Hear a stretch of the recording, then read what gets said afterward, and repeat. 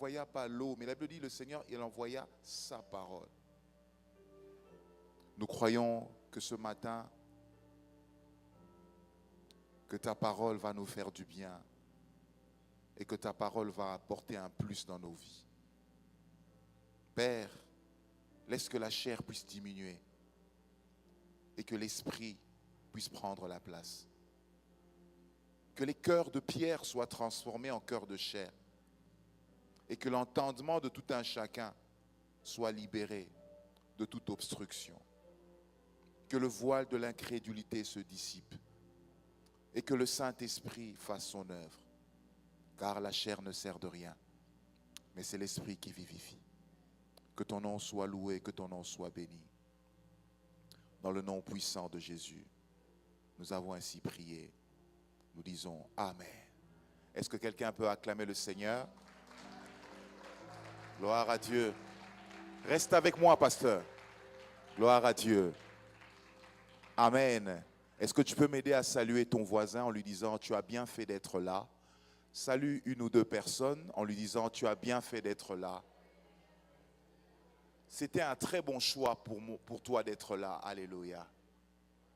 Gloire à Dieu, gloire à Dieu. Amen, amen. Je bénis le Seigneur pour le ministère de son serviteur, le pasteur Daniel Poulain. Le Seigneur l'a mis sur mon chemin et je pense que c'est une bénédiction pour moi et pour mon Église. Depuis quelques temps, je découvre son cœur, je découvre la personne qu'il est et je rends grâce à Dieu pour ses conseils, pour son coaching. Des fois, vous avez besoin des gens autour de vous qui vous aident à avancer. Amen. Je bénis Dieu pour cet homme merveilleux. Ce qui m'a le plus marqué un jour, on était en train de parler, il m'a dit, pasteur, as-tu faim? Viens, on va manger au restaurant. Il m'invite au restaurant, il paye pour moi et je mange. Je rends grâce à Dieu pour cela parce que dans les hommes de Dieu, j'ai rarement vu ça. Alléluia. Il a un cœur en or et je bénis Dieu pour cela. J'aimerais simplement vous dire que vous avez une faveur, une grâce de la part du Seigneur que d'avoir un homme de Dieu de cette trempe-là parmi vous. Alléluia. Protégez-le. Alléluia. Soutenez-le. Parce que je sais qu'au travers de lui, la bénédiction de plusieurs personnes va passer. Alléluia. Je bénis le Seigneur pour le pasteur RJ qui m'a accompagné aujourd'hui. Est-ce qu'on peut acclamer le Seigneur pour recevoir le pasteur RJ? Lève-toi, pasteur. Merci. Depuis quelques années, nous collaborons ensemble dans le ministère. Et c'est une collaboration qui vraiment est une bénédiction pour moi. Parce que vous devez savoir qu'un homme a dit que seul, on va plus vite. Mais quand on est ensemble, on va plus loin. Alléluia. Et je crois que quand on a des bonnes personnes autour de nous, on est capable d'aller plus loin dans les choses de Dieu. Je bénis le Seigneur pour la vie du pasteur Linda. Je bénis pour ces merveilleux chants qu'elle a fait pour nous. Est-ce qu'on peut acclamer le Seigneur pour encourager la chorale, le pasteur Linda? Gloire à Dieu, gloire à Dieu. Pasteur Luc, que Dieu te bénisse aussi. Est-ce qu'on peut acclamer le Seigneur pour le pasteur Luc? Yes. Dès le premier jour que j'ai vu cet homme, je l'ai aimé et j'ai su qu'il avait quelque chose de la part du Seigneur. Alléluia. Et je suis convaincu qu'il est une bénédiction pour cette église. Gloire soit rendue à Dieu. On peut acclamer encore.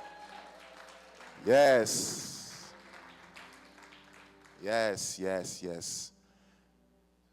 Ce matin, je vais aborder un sujet. Ensemble, on va parler pendant environ une demi-heure, peut-être 40 minutes, peut-être moins. Ça dépendra de la manière dont le Saint-Esprit va nous guider.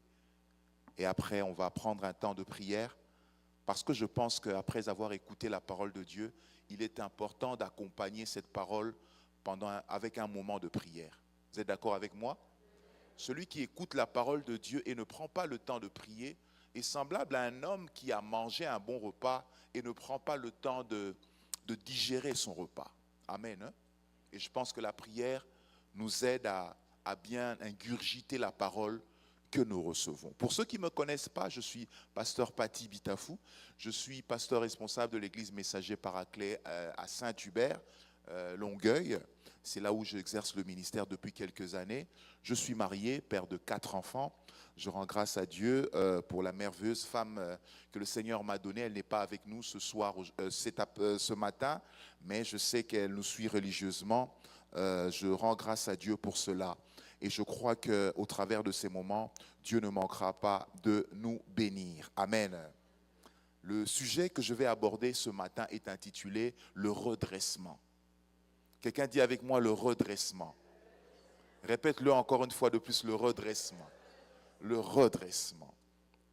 Je vais vous proposer 2 textes bibliques que l'on va lire ensemble et après on va rentrer dans le vif du sujet afin de pouvoir écouter la parole de Dieu et écouter la pensée de Dieu ce matin. Peut-être que des fois je dirais ce soir, parce que j'ai l'habitude de prêcher le soir. Nous faisons des cultes le soir, pasteur Linda le sait, donc c'est devenu un automatisme pour moi. Comprenez-moi. Le premier texte, ça va être dans le livre d'Ecclésiaste, Ecclésiaste chapitre 1, verset 15. L'Ecclésiaste chapitre 1, verset 15. Le deuxième texte sera dans le Nouveau Testament. Nous allons faire un voyage dans Luc chapitre 13, mais je vais quand même commencer par lire le premier texte, Ecclésiaste chapitre 1, verset 15. Je lis au nom du Seigneur. Je lis au nom du Seigneur. Ce qui est courbé ne peut se redresser. Quelqu'un dit avec moi, ne peut se redresser. Et ce qui manque ne peut être compté. Je reprends la lecture. Ce qui est courbé ne peut se redresser. Et ce qui manque ne peut être compté. Amen. Deuxième texte, Luc, chapitre 13. Nous lirons le verset 10e jusqu'au verset 13e. Luc, c'est dans l'Ancien Testament. Quelqu'un dit Amen très fort. Oh là là là là là là. Je vous ai eu. Luc, c'est dans le Nouveau Testament. Luc, chapitre 13, verset 10 à 13. Vous y êtes? On y va. Le verset 10e. Jésus a enseigné dans une synagogue le jour du sabbat. Quelqu'un dit avec moi le jour du sabbat. Verset 11. Et voici, il y avait une femme possédée d'un esprit qui la rendait infirme depuis 18 ans. Elle était courbée et ne pouvait pas du tout se redresser. Retenez cela. Je reprends cette partie. Et voici, il y avait une femme possédée d'un esprit qui la rendait infirme depuis 18 ans. Quelqu'un dit avec moi 18 ans. Vous savez, des fois, la Bible met l'emphase sur le nombre d'années de souffrance. Des fois, le Seigneur insiste sur le nombre de personnes, sur des chiffres. Cela doit attirer votre attention. Pourquoi est-ce que la Bible dit que cette femme souffrait depuis 18 ans? Elle était courbée et ne pouvait pas du tout se redresser. Verset 13. Non, plutôt verset 12, excusez-moi, j'ai enjambé. Lorsqu'il la vit, Jésus lui adressa la parole. Amen. Vous savez, les gens peuvent te voir sans te parler. Les gens peuvent te voir sans donner la solution à ton problème. Mais je connais un homme, lorsqu'il te voit dans une situation difficile, il ne s'arrête pas à observer, il ne s'arrête pas à constater la souffrance de ta vie, mais il vient et il intervient. Alléluia.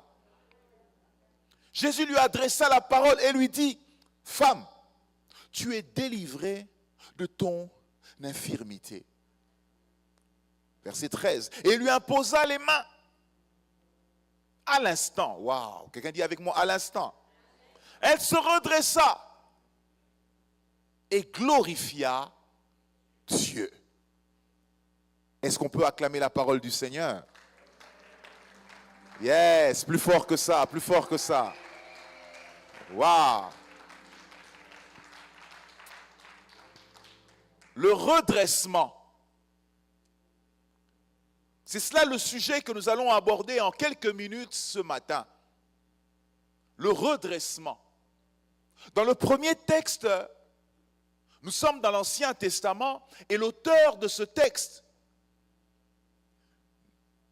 dit quelque chose de fort.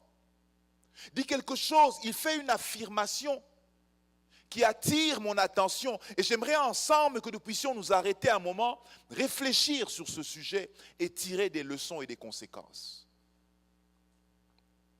Il dit ceci, ce qui est courbé ne peut se redresser. Waouh! Et ce qui manque ne peut être compté. Celui qui parle ici, il s'agit d'un géant de l'histoire de la Bible. L'auteur, c'est Salomon. Vous êtes d'accord avec moi? La Bible l'appelle le sage. Et la Bible ajoute même qu'il était plus sage que les fils de l'Orient. Quand on parle des fils de l'Orient, on voit des peuples comme des Chaldéens qui étaient réputés par la magie, réputés par la projection astrale et toutes sortes de fétiches. Mais la Bible dit que Salomon était plus sage que les fils de l'Orient. En d'autres termes, le Saint-Esprit est plus puissant que les esprits maléfiques. Je dis que le Saint-Esprit est l'esprit supérieur. Si tu as le Saint-Esprit en toi, tu es une personne éclairée. Ce n'est pas la science qui éclaire. Ce n'est pas les connaissances multiples de ce monde qui éclairent, mais c'est la lumière qui vient par le Saint-Esprit qui nous fait comprendre le chemin. Quelqu'un dit Amen à cela. Yes, tu peux applaudir, gloire à Dieu. Ce qui est courbé ne peut se redresser. Ce qui manque ne peut être compté. D'entrée de jeu, on sent de la fatalité dans ce texte. On sent quelqu'un qui est en train de dire des choses qu'il a vécues par expérience et par connaissance. Salomon avait une sagesse au point qu'il se permet de dire des choses qui sont quand même d'une dureté assez accentuée. Ce qui est courbé. Salomon a fini par comprendre avec l'expérience de la vie qu'il y a certaines choses, lorsqu'elles sont courbées, elles ne peuvent se redresser. Amen. Salomon a compris avec le temps qu'il y a certaines choses, lorsqu'il manque dans ta vie, ces choses ne peuvent être comptées. Je te pose la question ce matin. Tu es venu à Salut et Délivrance. Dieu aimerait te poser une question. Qu'est-ce qui est courbé en toi? Et qu'est-ce qui manque dans ta vie? Salomon dit, moi j'ai compris et j'ai discerné que ce qui est courbé, ce qui est terni, ce qui est magané, comme on dit chez nous ici, ne peut être restauré.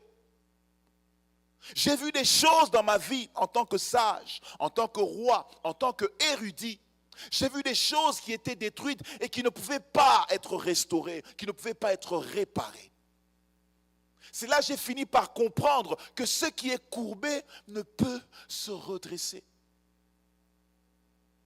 Une vie qui est courbée, une vie qui est penchée, peut-elle se restabiliser? Moi, Salomon, en tout cas, je ne pense pas. Amen. Je dis que Salomon est en train de faire quelque chose de fort. Salomon est en train de dire quelque chose d'assez audacieux. Une affirmation forte. Et il dit, ce qui manque. Quelqu'un dit avec moi, ce qui manque. Ne peut être compté. Waouh! Une bonne question pour toi ce matin. Qu'est-ce qui manque? Salomon veut nous faire croire que la joie qui manque dans nos cœurs ne peut plus être comptée. Ce manque d'amour qui a été constaté ne peut plus être compté.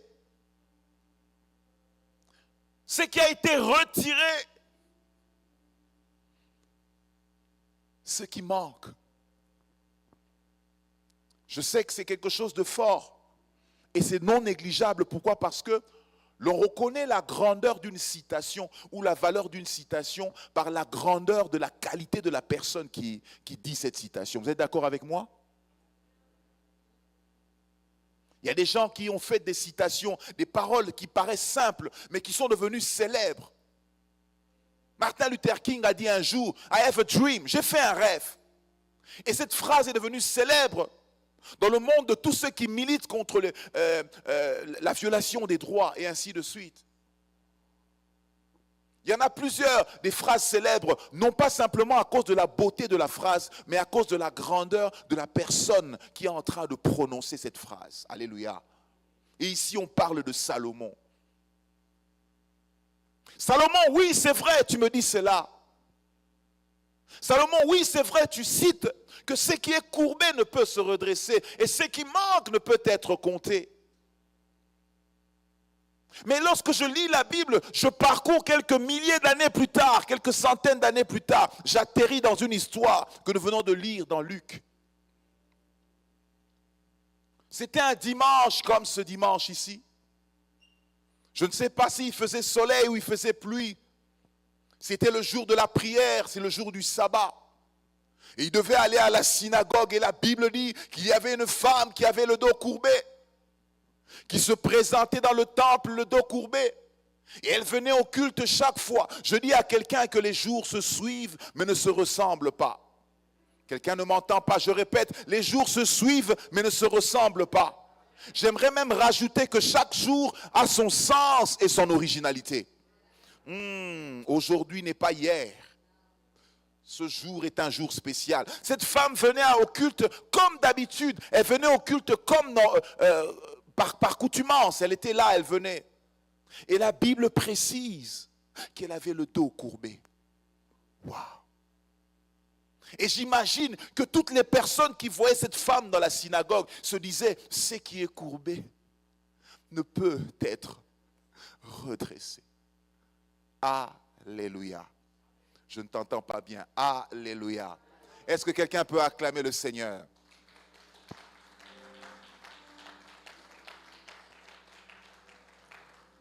Salomon avait dit que ce qui est abîmé ne peut pas s'arranger. Salomon avait dit que ce qui t'a été retiré ne peut pas revenir. Dieu m'a envoyé ce matin pour vous dire qu'il y a plus grand que Salomon. Ah, tu m'entends pas. Dieu m'a envoyé ce matin pour dire qu'il y a plus grand que Salomon. On l'appelle le Fils de l'homme. On l'appelle Jésus-Christ. On l'appelle le premier-né. Alléluia. Ce jour-là, dans le temple, il est venu pour abroger la loi de Salomon. Alléluia. Il est venu non pas simplement pour agir, mais il est venu pour montrer qu'il est celui qui est venu pour accomplir les desseins de Dieu. Alléluia. Je vais dire une chose. J'ai une formation en droit. Quelques années, j'ai exercé comme avocat en Afrique. Et j'ai pu comprendre une chose dans la réalité des lois. Seule l'instance supérieure peut annuler l'instance de la loi inférieure. Quelqu'un m'entend? Seul le supérieur peut annuler la loi édictée par l'instance inférieure. Si aujourd'hui la Cour d'appel du Canada te condamne, tu as le droit d'aller à la Cour suprême pour faire annuler cette décision-là. Quelqu'un est d'accord avec moi? Et j'aimerais te dire que lorsque Salomon avait dit son postulat, il ne savait pas que le véritable Salomon était là, on l'appelle Jésus-Christ. Il est venu ce jour-là et il a dit à cette femme, redresse-toi. Alléluia. Redresse-toi. Les gens étaient comme choqués. Les gens se posaient la question, mais qu'est-ce qui se passe? Nous savons tous que ce qui est courbé ne peut se redresser. Ce qui manque ne peut être compté. Mais comment ce monsieur a-t-il l'audace de dire à cette femme, redresse-toi? Parce qu'il est plus grand que Salomon. Je suis venu dire à quelqu'un ce matin que Jésus est plus grand que ton problème. Je suis venu dire à quelqu'un ce matin que Jésus a vaincu la mort. Je suis venu dire à quelqu'un ce matin, si tu crois, les choses peuvent changer. Tu m'entends pas? Je suis venu dire à quelqu'un ce matin que Jésus est capable de redresser ce qui est courbé. Je suis venu dire à quelqu'un ce matin que ce qui manque avec Jésus, Jésus peut le restaurer au nom de Jésus. Si tu es d'accord, dis Amen et acclame le Seigneur.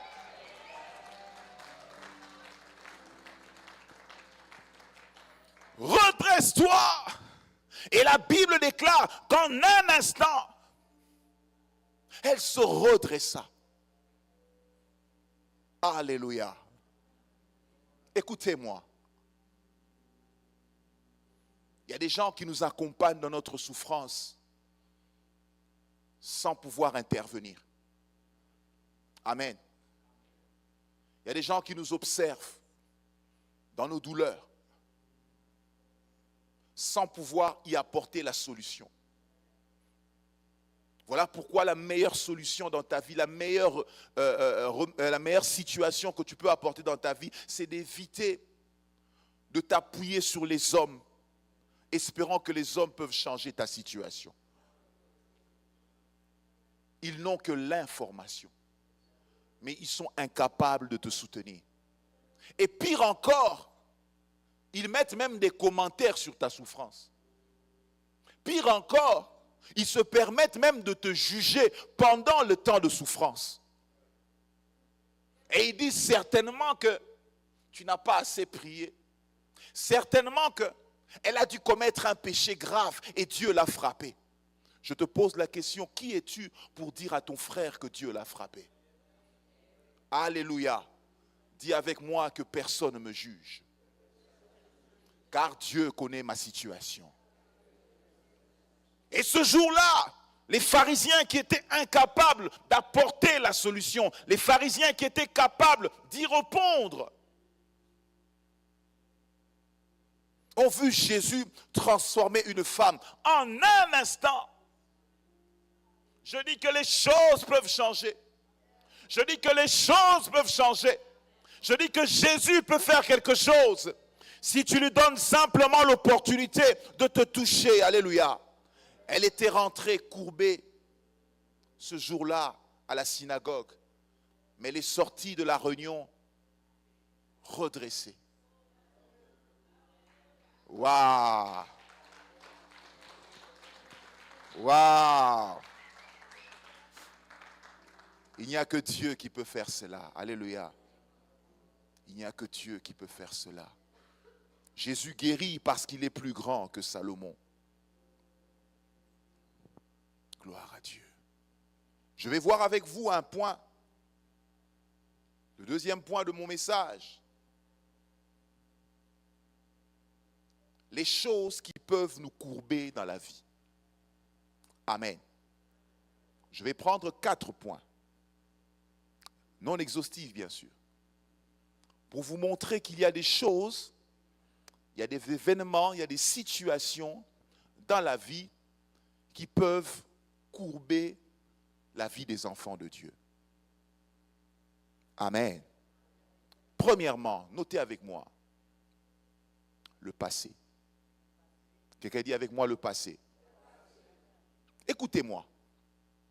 Tant que tu vis sous le poids de ton passé, tant que tu vis sous la mémoire, tu es en train de remettre à l'esprit tes échecs passés, ta vie restera courbée.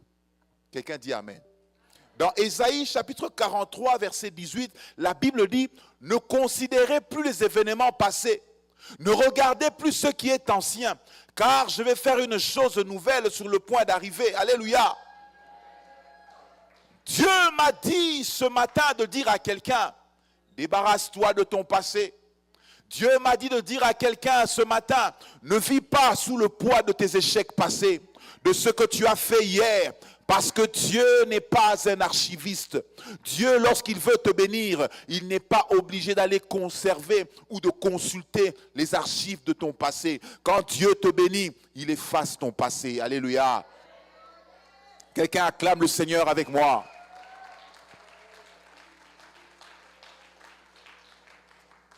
servant Dieu, priant Dieu, venant à l'église, mais vivant sous le poids du passé. Mon frère, ma sœur, il est important pour toi dans la vie de rendre ton passé inopérant. Sinon, tu n'arriveras pas à aller de l'avant. Alléluia. Tu n'es pas obligé de regarder sur le rétroviseur de ta vie pour avancer. À chaque fois, tu penses à ce qui s'est passé il y a 5 ans. Tu penses à ce qui s'est passé il y a 10 ans. Tes erreurs, ce que tu aurais dû faire, ce que tu n'as pas pu faire, ce que tu as fait de mal. Bien-aimé, Dieu me dit de te dire ce matin, il est temps que tu puisses oublier ton passé. Parce que Dieu aime tellement ton futur qu'il a oublié ton passé. Dieu aime tellement ton avenir que pour lui, ton passé ne lui dit rien. Lorsque je parle, j'aimerais que ce matin, en quittant ce lieu, que tu puisses te débarrasser de tous les fardeaux du passé qui t'empêchent d'aller de l'avant et qui courbent ta vie. Quelqu'un dit Amen. Le passé. Le passé a fait que les gens vivent dans la culpabilité. Le passé a fait que les gens vivent, Pasteur Linda, dans l'auto-exclusion. Les gens se condamnent. Les gens s'imaginent des choses et se retire de la scène à cause du passé. Quelqu'un dit avec moi le passé. Quelqu'un dit avec moi, Dieu a oublié mon passé. Bien-aimé, même lorsque vous êtes en couple et que vous vivez ensemble, lorsque vous n'êtes pas capable de pouvoir désactiver et rendre inopérants les erreurs du passé, vous aurez beaucoup de mal à aller de l'avant. Les couples qui sont ici le savent. Amen. Nous avons tous des passés. Des fois, c'est compliqué. On n'aimerait pas ouvrir l'armoire et regarder le passé. Des fois, quand on... Ouh là là, tu fermes. Mais bien aimé, à un certain moment, tu dois fermer à double tour la clé et tu dois oublier cela au nom de Jésus. Sinon, tu seras déséquilibré et ta vie sera courbée. Je dis à quelqu'un ce matin, Dieu aime tellement ton futur qu'il a oublié ton passé. C'est ainsi que nous sommes dans la vie de couple où les gens sont en train de rappeler je t'avais pardonné, mais tu sais ce que tu m'as fait il y a 3 ans. Hein? Tu sais ce que tu as fait il y a 5 ans. Hein? Tu sais, bien aimé, écoutez, un vrai enfant de Dieu vit pour aller de l'avant. Un vrai enfant de Dieu court de manière à ce qu'il va atteindre l'objectif et ne se contente pas du passé. Alléluia.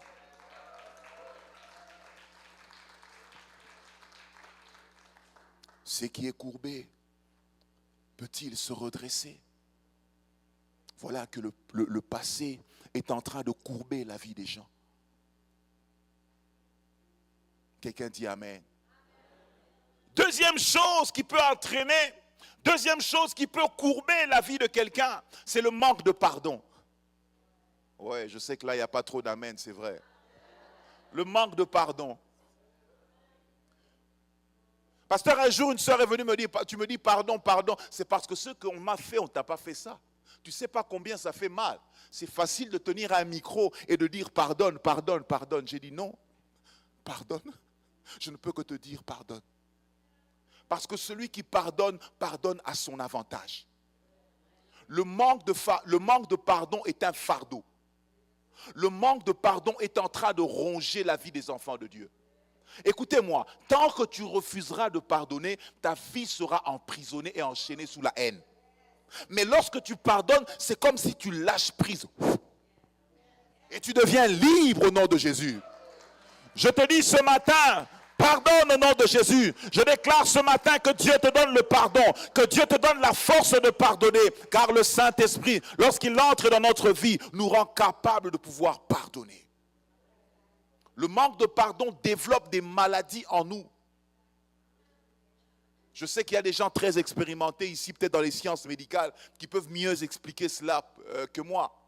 Je n'aimerais pas entrer dans ce terrain-là parce que je n'ai pas les compétences. Mais ce que je sais en tant que pasteur, j'ai vu des gens souffrir simplement par manque de pardon. Je dis à quelqu'un, pardonne. Tu as été trahi, pardonne. Tu as été blessé, pardonne. Waouh! Ce n'est pas facile. Pasteur Paty, ce n'est pas facile. Pasteur, tu le dis parce que tu ne l'as pas vécu. Ce qu'on m'a fait durant mon enfance, tu n'as pas vécu cela. On m'a volé ce qu'il y avait de plus précieux dans ma vie. Et j'avais dit dans ma vie que je ne pardonnerai jamais cette personne. Laisse-moi te dire qu'il y a une puissance derrière le pardon. Voilà pourquoi Samson pouvait dire un jour que de ceux qui mangent peut sortir ceux qui se mangent. Du lion est sorti le miel. De ton pardon peut sortir quelque chose d'extraordinaire. En 2025, tu dois lâcher des gens dans ton cœur. Libère-les, laisse-les partir. Remets-toi à Dieu.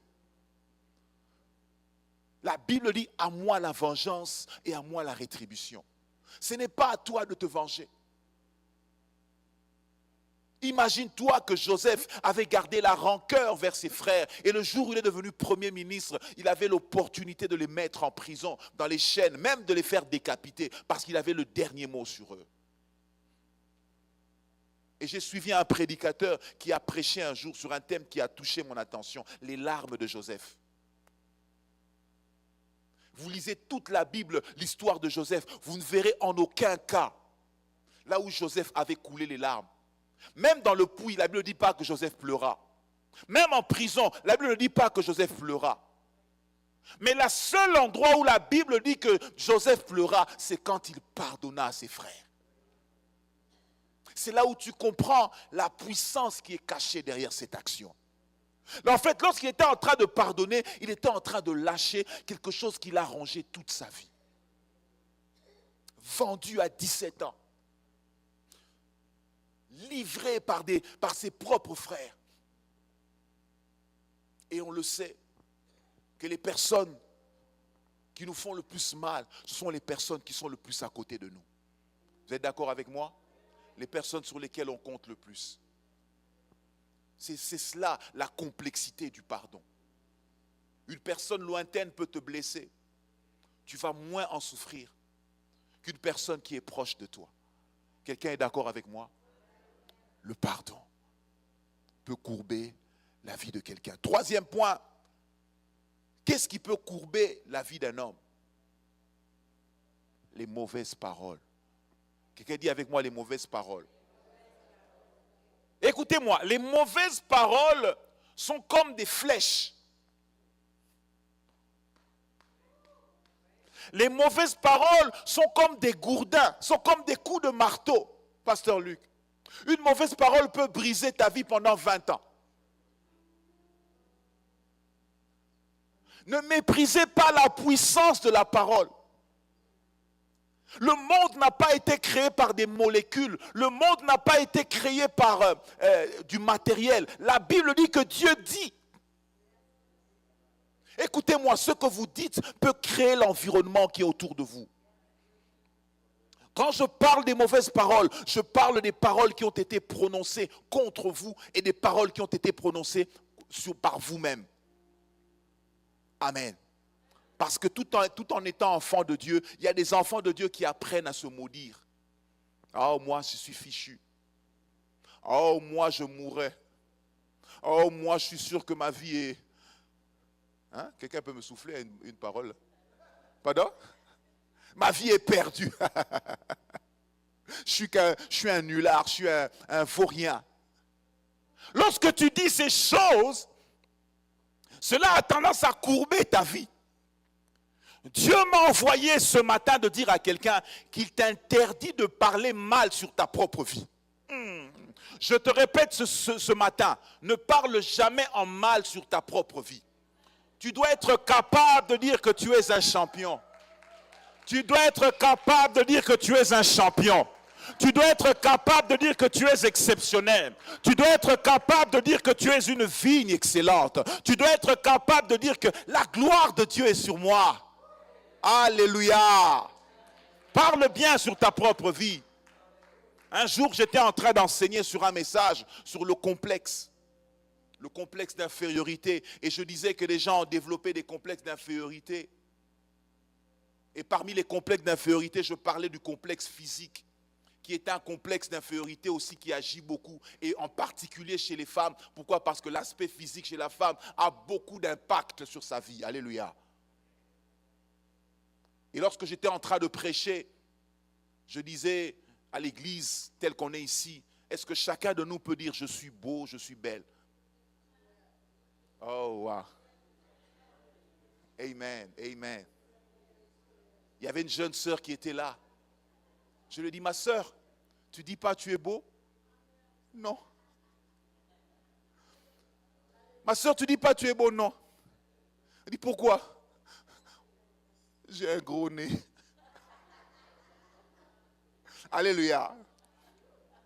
Elle a réussi à se convaincre qu'elle n'était pas une créature merveilleuse. Écoutez-moi, avant que le monde t'apprécie, apprécie-toi toi-même. Avant que le monde ne te célèbre, commence à te célébrer devant un miroir. Lorsque tu te regardes, tu dis, oh Patty, que tu es beau, oh waouh, waouh, waouh. Il n'y a pas d'homme plus beau que toi, Patty. Regarde comment tu es grand de taille, regarde comment tu es spécial, regarde ce que tu as fait dans ta vie. Bien-aimé, le premier prophète de ta vie, c'est toi-même. Est-ce que tu le sais? David pouvait dire un jour, je ne mourrai pas, je vivrai, je raconterai les œuvres de l'Éternel. David était en train de parler sur sa propre vie. Mais quand vous regardez sa vie, au moment où il était en train de dire, la situation était difficile. Bien aimé, dans la vie, il y a des réalités, il y a des vérités. Tu peux traverser des réalités difficiles, mais la vérité, c'est que tu ne finiras pas comme cela. Alors accroche-toi à la vérité qui est la parole de Dieu. La parole de Dieu n'est pas une réalité, c'est la vérité.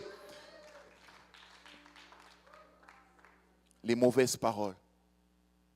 Les mauvaises paroles ont subi l'influence des mauvaises paroles, surtout dans le milieu familial.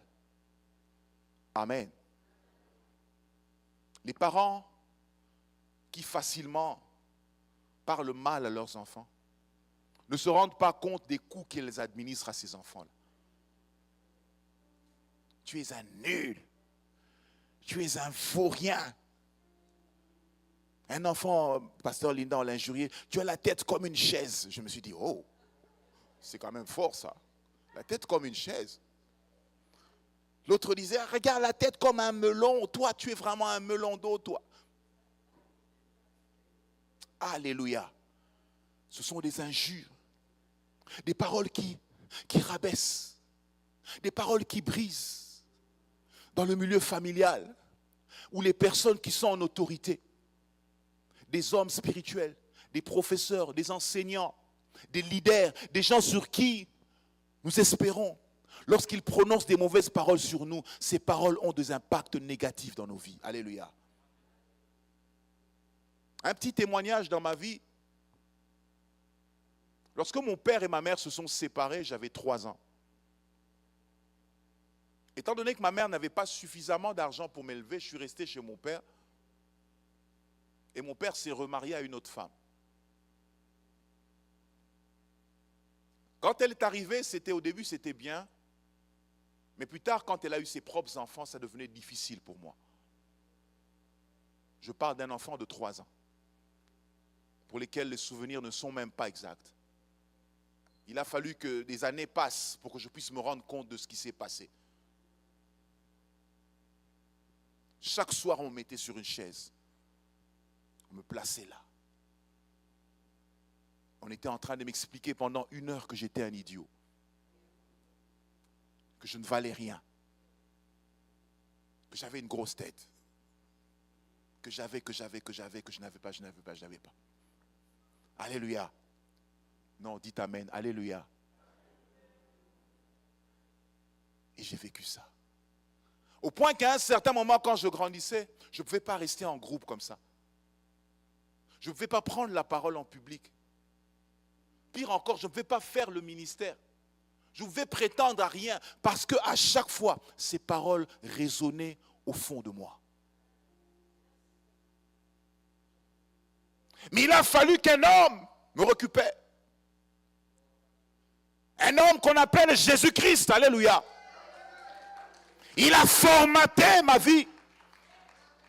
Et il m'a dit que je suis une créature merveilleuse. Créée à l'image de Dieu. La gloire de Dieu est sur moi. L'onction de Dieu m'a transformé. Bien-aimé, j'aimerais vous dire que les mauvaises paroles peuvent courber la vie de quelqu'un. Mais ce matin, je déclare que toute mauvaise parole qui a été déclarée sur ta vie est annulée au nom de Jésus. Je prie contre l'impact des mauvaises paroles qui ont été prononcées par les membres de ta famille, qui ont été prononcées par des professeurs d'école, d'université. Ces paroles sont annulées au nom de Jésus. Les mauvaises paroles dans la vie de couple, s'il vous plaît, enfants de Dieu, ne s'aimez pas des mauvaises paroles dans votre couple. Parce que les mauvaises paroles restent. Ça reste très longtemps. Car vous savez, la parole est une sémence. La Bible dit que ce qu'un homme aura sémé, il le moissonnera. Quand je parle bien à ma femme, je constate que pendant cette période-là, elle devient tellement belle, tellement belle. C'est un secret que j'ai compris après des années. À force de la complimenter, à force de l'apprécier, à force de l'élever, je sens que quelque chose grandit en elle. Faites de même. Alléluia. Alors ce matin, dis à ton voisin, tu es béni au nom de Jésus.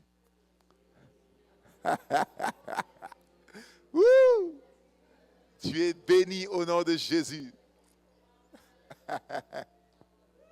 J'ai vu quelqu'un l'accompagner avec un bisou. Gloire à Dieu, gloire à Dieu. Dernière chose qui peut courber la vie d'un homme, le péché. Alléluia. Que dire du péché? Il n'y a pas de péché d'Afrique. Il n'y a pas de péché d'Europe. Il n'y a pas de péché du Canada ou d'Amérique. Le péché reste le péché. J'ai vu des gens servir Dieu avec zèle, avec engagement en Afrique. Et une fois qu'ils sont arrivés ici au Canada, m'ont expliqué, non pasteur, tu sais, là c'était la mentalité de l'Afrique. Ici, en fait, là on est au Canada, il faut pas être démodé parce que le diable est démodé. Ici, les choses sont un peu plus modernes. Écoutez-moi. Le péché détruit la vie de l'homme. Amen. Vous n'imaginez pas ce que ça peut faire. C'est quelque chose de succulent qui peut se présenter au-devant de toi, mais à l'intérieur, il y a la mort. Tout ce que nous vivons comme calamité aujourd'hui, c'est le péché d'Adam et d'Ève. Ils n'ont pas réalisé l'impact de leurs gestes. Ils ne savaient pas qu'en posant tel geste, ils allaient s'éloigner de Dieu. Ce matin, répands-toi, donne ta vie à Jésus. Ce matin, si tu vis dans le péché, repens-toi, donne ta vie à Jésus. Si tu vis dans une position, je ne vais pas commencer à énumérer les sortes de péchés, mais vous devez savoir que quiconque pêche subit d'abord le jugement de son propre cœur. On appelle la voix intérieure. Cette voix qui te dit, c'est pas bien ce que tu fais. Sortir avec cette femme, c'est pas bien ce que tu fais. Vivre comme ça, c'est pas bien. Toi, tu es un enfant de Dieu. Cette petite voix qui parle. Ce matin, tu dois te soumettre à cette voix afin que ta vie ne soit pas courbée. Alléluia. Toi qui fais le service ici à l'église, toi qui sers Dieu, je ne sais pas dans quel département, dans quelle structure, regarde aussi ta conduite. Parce que vous devez savoir, Dieu ne se préoccupe pas de notre service plus que notre relation avec lui. Ce qui est plus important pour Dieu, c'est notre relation d'abord.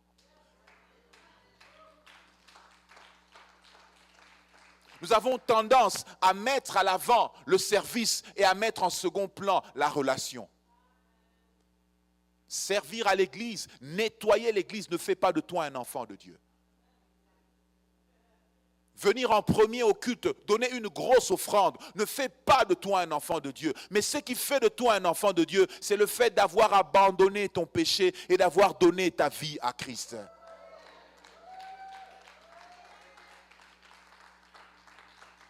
Ce matin, je sens qu'il y a des gens qui vont prendre des décisions. Ce matin, je sens qu'il y a des gens qui vont faire un 180 degrés. Ils vont changer de position. Ils vont changer de fusil d'épaule parce qu'ils disent, pasteur, je ne veux pas rester courbé. Alléluia. Gloire à Dieu. Dernier point. Caractéristique d'une personne courbée. Amen. Caractéristique d'une personne courbée. Dites avec moi caractéristique. Comment on peut discerner, comment on peut voir et observer qu'est-ce qui arrive quand une personne est courbée. Mon jeune frère, viens. Je vais illustrer quelque chose avec toi. Viens, mon frère. Est-ce qu'on peut acclamer le Seigneur pour l'encourager? Yes. Ça va? Comment tu t'appelles? Alexis. Alexis, que Dieu te bénisse, Alexis. Je t'aime beaucoup. Bien-aimé, la Bible dit que la femme était courbée pendant 18 ans. Et parmi les choses que l'on observe lorsqu'une personne est courbée, nous allons voir cela et vous allez comprendre ce qui se passe. Alléluia. Approche-toi de moi, Alexis, s'il te plaît. Sois un peu courbé. Amen. Qu'est-ce que le pasteur Linda est en train de faire maintenant? Tu es capable de voir ça? Non, parce que tu es courbé. Alléluia. La première des choses qui arrive lorsqu'une personne est courbée, elle manque la vision. Quelqu'un dit avec moi la vision. Répète encore la vision. Lorsque ta vie est courbée, tu n'es pas capable de voir ce qui est devant de toi. Écoutez-moi, la vision, c'est le moteur de la vie. La vision, c'est le carburant de la vie. Tu n'as pas besoin forcément d'avoir l'argent, mais la première des choses, c'est d'abord d'avoir la vision. Parce que la vision te formate. La vision fait que tu t'attaches à des gens et que tu te détaches à des gens. La vision fait que tu fais des sacrifices. Tu es capable d'aller à l'université parce que tu as des visions sans que personne te pousse. Je prie ce matin que Dieu donne la vision à quelqu'un. Je déclare ce matin que ta vision soit claire au nom de Jésus. Attention, tu risques d'avoir mal au dos. Redresse-toi un moment. On va réessayer encore après un moment. Tu restes avec moi quelques secondes. Yes, il s'est redressé. Yes. La vision vient du grec optika, c'est-à-dire une projection future de ta vie. Je te pose la question ce matin, que dis-tu de toi-même? Il est important en tant qu'enfant de Dieu d'avoir une vision. La vision spirituelle de sa vie, la vision sur sa famille, la vision sur ses ambitions. Et une chose arrive quand quelqu'un accepte le Seigneur lui donne le Saint-Esprit et le Seigneur lui donne une nouvelle vision. Tu commences à voir les choses non pas comme le monde le voit, mais tu vois les choses selon Dieu. Je prie ce matin que la vision des possibilités vienne dans ta vie. Je prie ce matin que la vision de la grandeur, je parle de la vision de la grandeur, elle va augmenter dans ta vie au nom de Jésus. Un homme a dit, ce que tu peux voir, c'est ce que tu vas avoir. Dis à ton voisin, ce que tu peux voir, c'est ce que tu vas avoir. Les choses que tu veux voir à l'extérieur, Dieu te le fera voir intérieurement d'abord. La vision d'une grande maison que tu veux bâtir commence à l'intérieur de toi. La vision de ta business, ça commence à l'intérieur de toi. Le Seigneur te l'injecte, le Seigneur télécharge cette vision en toi. Et c'est alors que ces choses vont se matérialiser. Waouh!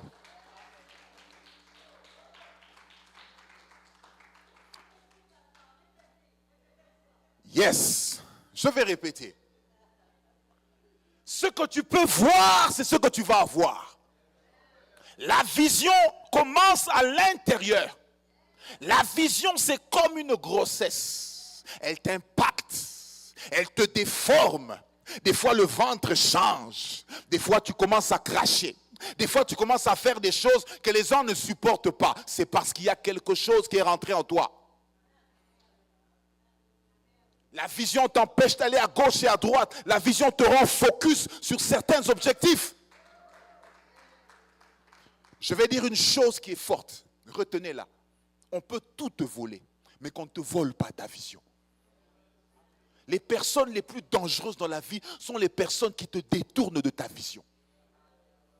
Ne t'associe jamais avec des gens qui n'ont pas de vision. Je t'interdis de rester en couple avec quelqu'un qui n'a pas de vision. Ah. Vous devez vous parler clairement. Amen. Parce que la chose, qu'est-ce que l'on dit? Quand tu veux te mettre en couple avec quelqu'un, la première des choses, il est beau. Oh, quand il parle, j'ai l'impression que mon cœur s'arrête de battre. Oh, tellement, il a des fossettes. Bien-aimé, ce n'est pas ça la vision. Vous devez vous asseoir et parler de la vision. Parce que quand la vision est claire, les choses iront de l'avant. Je parle de la vision ce matin. Que Dieu donne à quelqu'un la vision. Dis Amen. Caractéristique d'une personne courbée. Première caractéristique, la vision. Deuxième caractéristique, courbe-toi encore mon frère. Alexis. La Bible dit que la femme était courbée pendant 18 ans. Et lorsqu'on est courbé, il y a une chose que l'on perd, c'est la hauteur. Amen. Alexis fait plus grand que ça. Vous êtes d'accord avec moi? Mais comment se fait-il que Alexis fait à peine quelques pieds? C'est parce que simplement, le fait d'être courbé te fait perdre de la hauteur. Alléluia. Qu'est-ce que j'aimerais dire par là? C'est l'autorité spirituelle. La hauteur symbolise l'autorité spirituelle que Dieu donne aux enfants de Dieu. Écoutez-moi, tu es capable de dominer sur la maladie, tu es capable de dominer sur les puissances des ténèbres lorsque tu es un enfant de Dieu.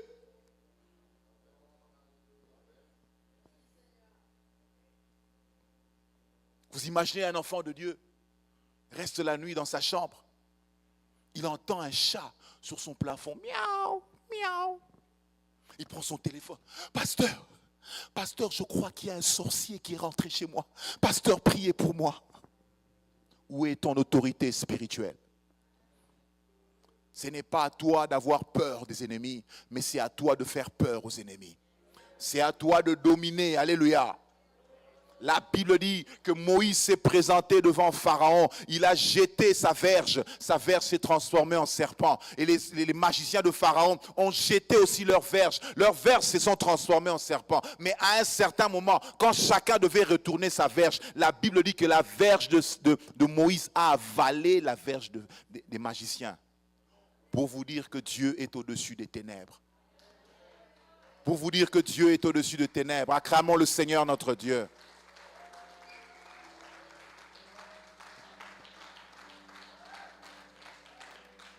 L'autorité spirituelle de cette église fait qu'il a le contrôle sur tous les esprits qui sont dans ce secteur. Est-ce que vous savez ça? Lorsque vous êtes capable de bâtir une œuvre en ce lieu, le Seigneur vous donne l'autorité spirituelle sur toute la contrée ici. Et c'est comme ça chez les enfants de Dieu. Lorsque tu rentres dans une maison, tu dois savoir que tu es une porte de bénédiction pour cette maison. Parce que la Bible dit, là où tu fouleras la plante de tes pieds, je te l'accorde. Amen. Dernière caractéristique d'une personne qui est courbée. On peut aller? Ready? Il est bien courbé, vraiment. Essaye d'aller de l'avant. Yes. Round. Reviens. Encore. Yes. Amen. Alléluia. Lui, il est un peu plus agile. Mais quand une personne est courbée, elle manque ce qu'on appelle la vitesse. Parce que lorsque tu es courbé, tu ne peux pas aller vite à cause de ta position. Alléluia. Je parle de la vitesse. Quelqu'un dit avec moi la vitesse. Tape la main de ton voisin, dis-lui la vitesse. Dis-lui que Dieu va te donner la vitesse. Ce que tu devais faire en un an, tu le feras en un mois. Aïe. Je parle de la vitesse, de l'accélération. L'apôtre Paul dit, je cours de manière à remporter le prix. Lorsque tu es un enfant de Dieu, le Seigneur accélère ta bénédiction. Le Seigneur accélère ta vie. Le Seigneur ne crée pas des embourbements dans ta vie, mais le Seigneur t'accorde de la vitesse. Est-ce qu'on peut acclamer le Seigneur par rapport à cela? Merci Alexis. Je parle de la vitesse. Ce n'est pas parce que les gens ont fait 10 ans pour recevoir telle chose que tu feras 10 ans. Lorsque Dieu te donne l'accélération, en une année, le Seigneur peut te donner ce que les gens ont reçu en 10 ans. En un mois, le Seigneur peut te donner ce que les gens ont reçu après des années. Parce que le Seigneur est avec nous et le Seigneur nous accélère. La Bible dit dans Ecclésiaste chapitre 9, verset 11, la course n'est point au plus agile, ni le pain au sage, ni la vision au sage, mais tout dépend de temps et des circonstances. Je vais terminer en disant que Dieu n'est jamais en retard. Toi qui as l'impression que tu fais du surplace, Pasteur, j'ai 40 ans déjà, j'ai 50 ans. Pasteur, regarde, je suis au soir de ma vie. Écoutez-moi, avec Dieu, on n'a pas de retard. Le Seigneur est capable de te donner en une année ce que tu as cherché durant toute ta vie.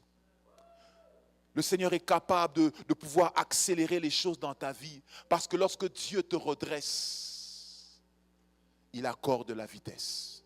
Lorsque Dieu te redresse, il accorde la hauteur. Lorsque Dieu te redresse, il accorde la vision. Est-ce que quelqu'un peut acclamer le Seigneur?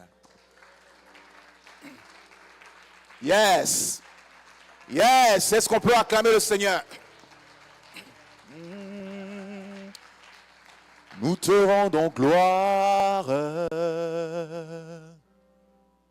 et honneur. Nous élevons nos mains pour t'adorer et t'élever toi seul. Nous te rendons gloire. Nous te rendons gloire et honneur. Et honneur.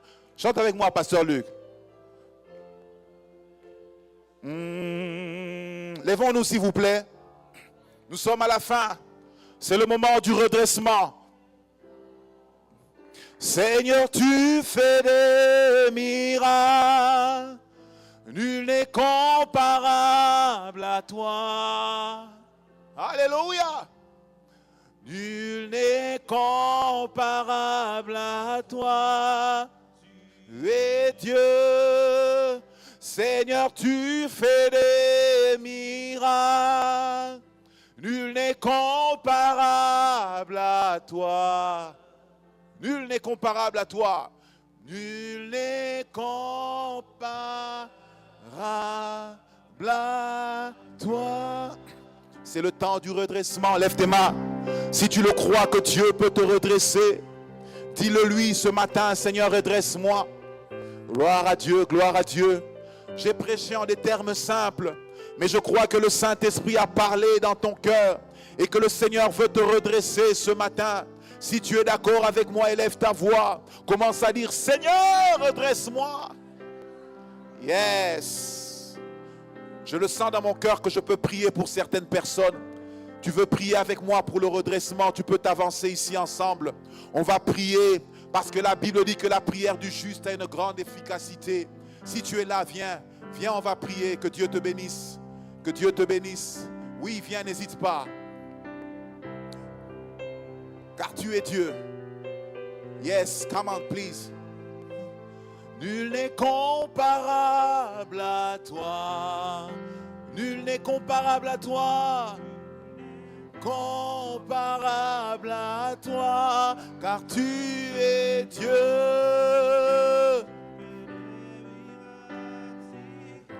Les miracles si grands. À toi. Oh Jésus.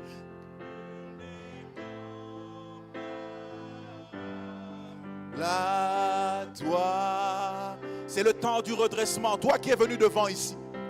Une seule parole dans ta bouche. Seigneur, redresse-moi.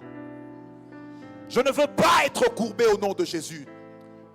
Je veux que ma vie soit redressée. Saint-Esprit, fais un travail de redressement dans ma vie. Mariakos. Gloire à Dieu. Alors que le pasteur Linda va faire ce chant, je sens que tu peux nous faire ce chant, pasteur. Et à un moment, nous allons dire une prière pour nos bien-aimés, pour le redressement au nom de Jésus. Alléluia. Je sens qu'il y a certaines personnes en ce lieu qui souffrent de manque de pardon. Je sens que tu dois pardonner. Dieu te dit ce matin, pardonne. Pardonne et tu te sentiras libre.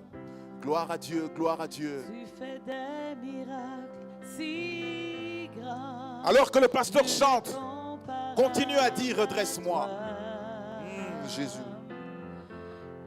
Nul n'est comparable à toi, car tu es grand. Tu es grand. Tu fais des miracles si grands. Nul n'est comparable à toi. Nul n'est comparable à toi. Nul n'est comparable à toi. Nul n'est comparable. Je vais prier. À toi. Seigneur, redresse ta servante au nom de Jésus. Redresse-la au nom de Jésus. Qu'elle ne soit plus courbée. Ma sœur Ergie, associe-toi à moi, on va prier pour les frères. Au nom de Jésus, que la main de Dieu se manifeste encore. Que le Saint-Esprit fasse un travail de profondeur. Sois redressé au nom de Jésus. Sois redressé, sois redressé. Tu as assez pleuré. Dieu m'a dit de te dire, tu as assez pleuré. C'est le temps de ton redressement. Au nom puissant de Jésus, tout le monde verra ton redressement et bénira le Seigneur pour cela. Au nom de Jésus. Le temps de ton redressement est arrivé. Le temps de ton redressement est arrivé. Je déclare ce matin, le temps de ton redressement est arrivé. Reçois-le, reçois-le, reçois-le. Rabashayamaka, Rekayandalabos. Que la gloire te soit rendue. Seigneur, je prie maintenant que le temps du redressement arrive dans la vie de ma sœur. Que la gloire de Dieu se manifeste. Essuie les larmes, essuie les larmes, essuie les larmes. Que tout le monde voie cela au nom de Jésus. Que la gloire de Dieu se manifeste encore. Yes, yes, yes, yes. 1, 2, 3, 4. In the name of Jesus. Receive it, receive it. Yes, my God. Korabasha. Marikaso. Rikandalabo Shaya Baba. Soyez redressés. Soyez redressés. Je vois des blessures être guéries. Je vois des blessures être guéries maintenant au nom de Jésus. Au nom de Jésus. Amen. Que la gloire de Dieu se manifeste dans ta vie et que tu sois redressé au nom de Jésus. Que le nom du Seigneur se manifeste dans ta vie. Que la gloire de Dieu se manifeste. Si grand. Waouh, je vois une étoile briller sur ton front. Je vois une étoile briller sur ton front. La gloire de Dieu est sur toi. Je vois le Seigneur bander tes blessures. Waouh. Je vois beaucoup de trahison autour de toi. Mais le Seigneur te dit qu'il te rendra plus fort qu'hier. Il te rendra plus forte qu'hier. Au nom de Jésus, par le Saint-Esprit, je le déclare maintenant, que ce qui a été courbé dans sa vie soit redressé. Ce qui a été courbé dans sa vie soit redressé. Au nom de Jésus, par le Saint-Esprit. Yes. Au nom de Jésus, que le Seigneur te redresse et que la gloire de Dieu se manifeste en toi. Qu'il essuie tes larmes. Au nom de Jésus. Amen. Au nom de Jésus, au nom de Jésus. Souviens-toi de ta servante. Essuie ses larmes. Redresse sa tête. Et que le monde le voie. Que la gloire de Dieu se manifeste. Amen. Seigneur, tu fais des miracles. Nul n'est comparable à toi. Yes. Au nom de Jésus, sois redressé, sois redressé, sois redressé. Je vois des paroles, je vois des mauvaises paroles. Elles sont annulées au nom de Jésus. Ces paroles ont été prononcées dans le milieu familial. Ces paroles sont annulées au nom de Jésus. Sois libre ce matin. Sois libre au nom de Jésus-Christ. Amen. Gloire à Dieu. Est-ce que tu peux acclamer le Seigneur? Alléluia. C'est un jour de fête. Dans cette atmosphère, nous acclamons et nous adorons le Seigneur. Nous avons tous les mains levées pour dire merci à Dieu. Merci pour le redressement. Merci pour le redressement. Car tu es Dieu. Dieu.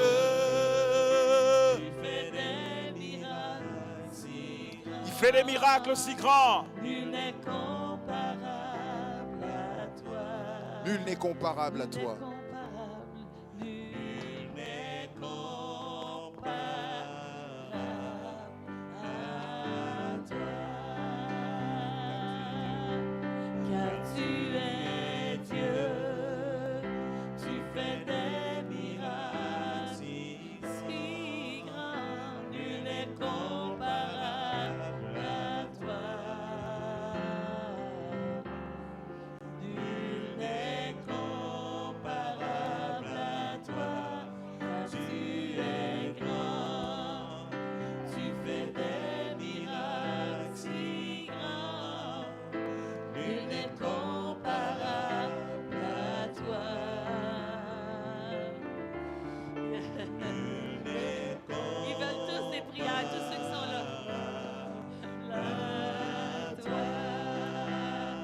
de la manière dont vous avancez. Ce qui était statique avance aussi dans votre vie. Levez vos mains, s'il vous plaît. Comparable. S'il y a des gens de même famille ici, tenez-vous la main dans la main. Si vous êtes en couple, tenez-vous la main dans la main. Waouh! Une forte lumière en ce lieu. Je vois une forte lumière en ce lieu. Le plan de l'ennemi dans ta vie ne se réalisera jamais.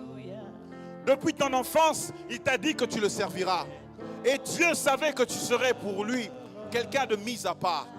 Même si le diable a cherché à te briser, je déclare ce matin que le Seigneur te redresse à jamais. Au nom de Jésus, Rabakos, Rikayandalababo, Shekayabababa. Au nom puissant de Jésus, que le Saint-Esprit fasse un travail de redressement dans ta vie. Au nom de Jésus, Amen. Yes. Une étoile sur ton front. Je vois une étoile sur ton front. Cette étoile est en train de briller. Mais cette étoile a failli être obscurcie par des événements de la vie qui ont tellement fait que tu as douté de Dieu. Mais ce matin, Dieu dit ne doute pas, c'est lui qui t'a parlé. Le Seigneur sait pourquoi il t'a parlé. Et ce message était pour toi. Tu le sais du plus profond de ton cœur. Lève simplement tes mains. Oh my God. Oh my God. Oh my God. Oh my God. Qui est cette femme, Seigneur? Pourquoi elle brille tellement? Au nom de Jésus, Saint-Esprit, fais ton travail. Je vais compter jusqu'à 3 et la gloire de Dieu va descendre sur toi. 1, 2, 3, reçois. Maya kalabo shayaka. Merekabo sayaba baba. Robo shedere baba baba. Les chaînes sont brisées. Les chaînes sont brisées au nom de Jésus. Les gens ont parlé dans ta famille. Les gens ont parlé dans ta famille. Et ces paroles sont restées de génération en génération. Mais aujourd'hui, le Seigneur annule ces paroles. Et il déclare que ce qui est courbé est redressé au nom de Jésus. Yes. Reçois. Amen. Marakos. Marabababa shayaka. Une forte gloire est sur toi. Au nom de Jésus. Au nom de Jésus. Reçois. Reçois la gloire de Dieu.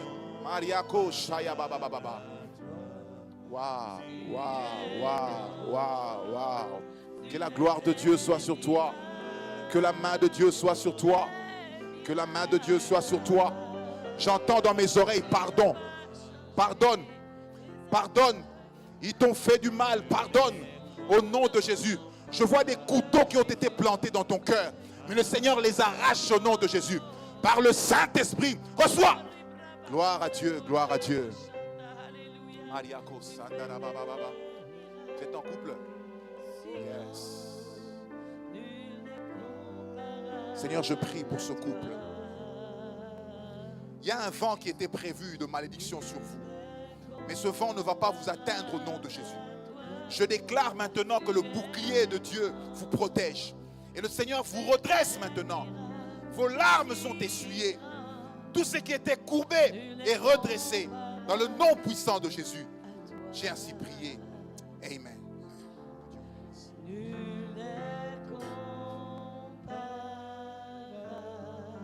La toi. Somebody clap your hands. Somebody shout hallelujah.